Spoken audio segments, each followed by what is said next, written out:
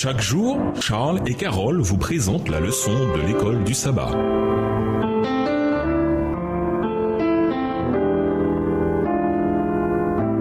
Bienvenue dans votre émission. Dieu nous parle. Nous voilà à la leçon de mardi. Mystère. Car mes pensées ne sont pas vos pensées, vos voix ne sont pas mes voix. Déclaration du Seigneur. Autant le ciel est élevé au-dessus de la terre, autant mes voix sont élevées au-dessus de vos voix et mes pensées au-dessus de vos pensées. Ésaïe 55, les versets 8 et 9. Lisons Romains 9, les versets 17 à 24. Étant donné ce que nous avons lu jusqu'à présent, comment comprendre ce que Paul veut dire ici? Romains 9, les versets 17 à 24. Car l'Écriture dit à Pharaon, « Je t'ai suscité à dessein pour montrer en toi ma puissance et afin que mon nom soit publié par toute la terre. Ainsi, il fait miséricorde à qui il veut et il endurcit qui il veut. Tu me diras, pourquoi blâme-t-il encore? Car qui est-ce qui résiste à sa volonté?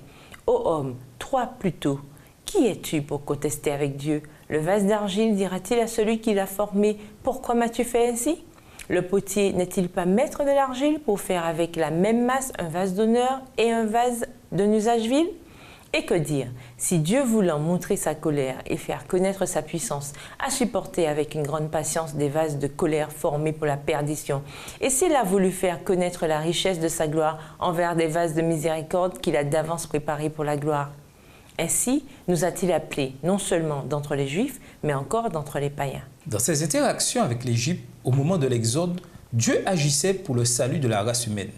Quand Dieu s'est révélé au moment des plaies et de la délivrance de son peuple, les Égyptiens ainsi que les autres nations étaient censés voir que le Dieu d'Israël était bien le vrai Dieu. Cette révélation devait être une invitation pour les peuples des nations à abandonner leur Dieu et à venir l'adorer. De toute évidence, Pharaon avait déjà fait son choix, de sorte qu'en endurcissant son cœur, Dieu ne leur coupait pas de l'occasion de salut. L'endurcissement était lié au refus de l'appel à laisser partir Israël, pas à l'appel de Dieu pour que Pharaon accepte le salut personnel. Christ est mort pour Pharaon, autant que pour Moïse, Aaron et le reste des enfants d'Israël. Le point crucial dans tout cela, c'est qu'en tant qu'être humain déchu, nous avons une vision très étriquée du monde, de la réalité, ainsi que de Dieu et de la manière dont il agit dans le monde. Comment peut-on espérer comprendre toutes les voies de Dieu quand la nature, partout où nous regardons, renferme des mystères que nous ne comprenons pas? Après tout, ce n'est que depuis 171 ans que les médecins savent que c'est une bonne idée de se laver les mains avant de pratiquer une opération. Voilà à quel point nous étions ignorants. Et qui sait, si les années devaient se prolonger, peut-être découvririons-nous des choses qui révéleraient que nous sommes plongés dans l'ignorance aujourd'hui. Assurément, nous ne comprenons pas toujours les voies de Dieu, mais Jésus est venu nous révéler comment est Dieu.